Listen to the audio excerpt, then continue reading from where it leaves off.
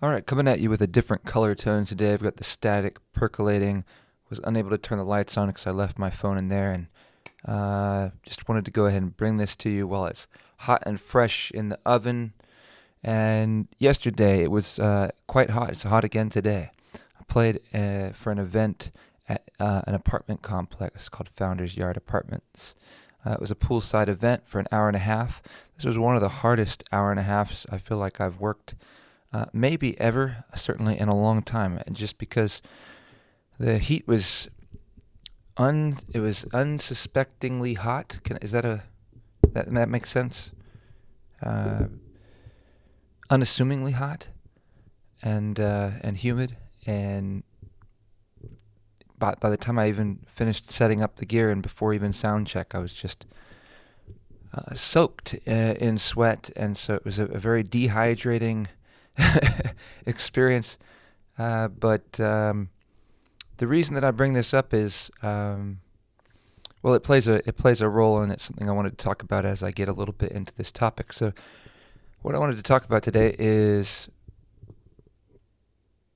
when you're going through a gig, what the feeling is while you're moving through songs. And for me, I was just bouncing around this idea of when I start singing a song that it's like riding a wave. It's like a wave comes up and I get to ride this wave, and I try to stay on the wave.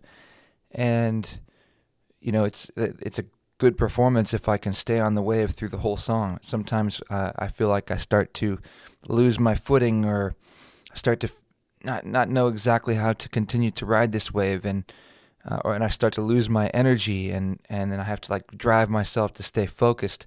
This is some of the internal experience that I go through when I sing a song, and in particular as it ties to the reason I brought up the dehydration and the heat and humidity.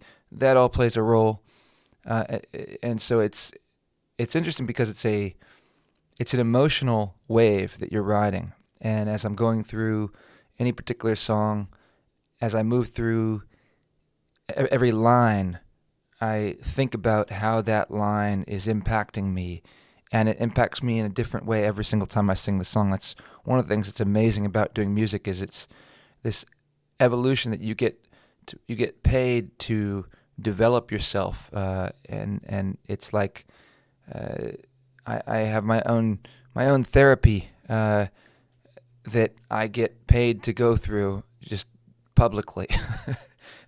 And it's really interesting, all of the different things that a song can cause you to go through and think about, and how lyrics relate to your life. It's pretty much unpredictable, what it's going to elicit out of you, but you just have to go on that journey, whatever it is, and then you share that. And so it's emotional, and in some way it's independent of.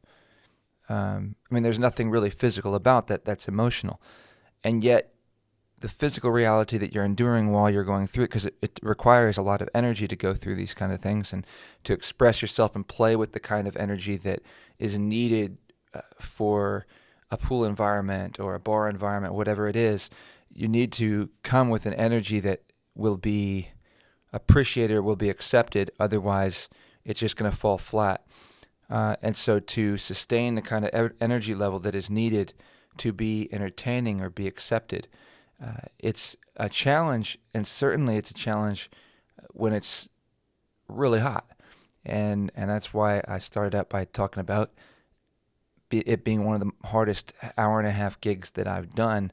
It caught me by surprise. I was really looking forward to this hour and a half gig because I've got an hour and a half of very, very strong material. I can do that in my sleep. And yet this one caught me by surprise with how worn out I was by the end, and also how I was struggling to find some songs that I felt like I could really deliver with strength, and even in that time frame, because most of the time I get well past 2 hours where I don't even have to think. I don't miss a beat. It's like I've got something strong to go to that I feel really good about for that moment, all the way through, well beyond 2 hours, and I feel really good. So there were moments where I felt like I was faltering within an hour and a half.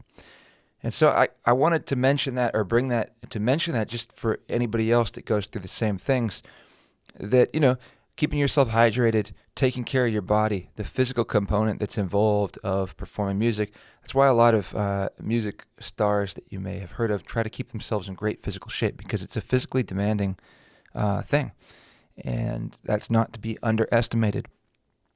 And if you keep yourself in better health and better condition, better physical shape, and the conditions aren't so intense, like maybe put a fan, on you, or a canopy to protect you from the heat, that's actually going to help the delivery of the emotional delivery and what you're able to do from an artistic standpoint when you perform. That was something that it was kind of being shown to me yesterday through that gigging experience. And then I also wanted to talk about how I was just bouncing this around in my head, two kind of ways that I see riding a wave. So the way for me, riding the wave of music, is a song is that wave. But I also think you can think of the audience as that wave. And these days, maybe for a stretch of time, maybe even years at this point, I've mostly just enjoyed the song as the wave, and I haven't worried too much about the audience as the wave. And so rather, I go through these experiences, and I go through these genuine experiences. I have these emotions and messages that I want to share with an audience, but I'm not so concerned with how the audience actually takes it. And I'm just more concerned with making sure that I'm giving the message that I want to give, and that I'm staying true to it. And that is enough for me, and I'm not really concerning myself with the audience at all. I offer it. It's something that I'm doing, and I'm there doing this. And if they want to enjoy it, it's something they can watch and enjoy. And I accept my role as window art. And so it's something that can be appreciated. It's a real living art. I sing with boldness. I try to cut through and put forward bold, sharp messages that are undeniable, and yeah, I think that's the best way to put it. And so I don't feel like I'm not just hiding in the background. I'm very present, and I'm very strong with my messages. But I don't worry too much about my interaction with the audience. I'm happy to state the message there for everyone to hear it, and I just don't concern myself with connecting on a personal level with any particular audience member. And that's the way I've done my gigs for quite a bit of time now. I didn't used to do that when I was starting. I was pretty much the opposite of that. So I think that's not a bad thing, to go from one end of the spectrum to the other. Like I used to, my art, my music, and my singing would bring people to tears, and then I eventually crossed over to the other spectrum where my art, my music would get people to dance. And so I've kind of done both sides of those things. And when I was doing one side, I wasn't doing the other side very well. And when I did this side, I wasn't doing that side very well. And so I used to focus a lot more on speaking to the audiences and telling stories and having that personal connection with audiences. And now I focus just more on making sure that the music is as good as I can possibly make it, and let the music speak for itself. And I don't worry about having a personal relationship. Okay, so I think I made that point, but I do think that is a certain kind of loss, and that I would be a better performer to enjoy both of the waves, to enjoy going on the waves of the songs. But there is a conflict a little bit between the two, because if you go truly on the wave of the song, then you got to be completely immersed in that. And it takes you a little bit out of the song to get more immersed into the wave of the audience's emotion and participation. But when the audience is there and ready and available and present for those kinds of things, like when I played the pool at Kiowa the last Friday, I believe it was, and there were some families that came out to dance with their kids and enjoy the music.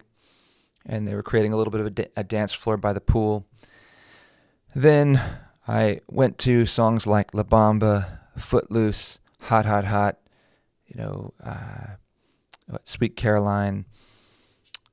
I wish I'd remembered to play that funky music. I think that one would have been great for that moment. But My Girl was a great one for that moment.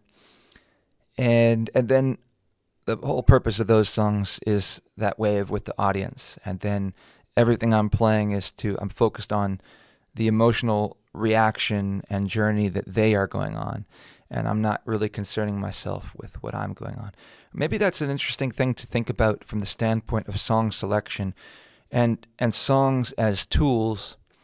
And that as you plan a set list, or rather plan a toolbox, because to me, a set list, I don't like the idea of a set list unless you're, playing to people that specifically came out to see you and they're wanting to hear certain songs, and you're sort of designing, a tour, you're designing a certain performance.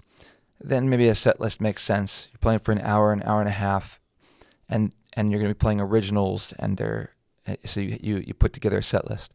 But for a typical 3-hour gig, I don't really like the idea of a set list because I think you should go where the audience leads. Like, the environment will dictate what songs, what tools are called upon. And that's the way I see most songs in this context, is they're tools to try to create a result within the audience, to try to elicit certain reactions or feelings or emotions or physical demonstrations or reactions like dancing or movement and excitement.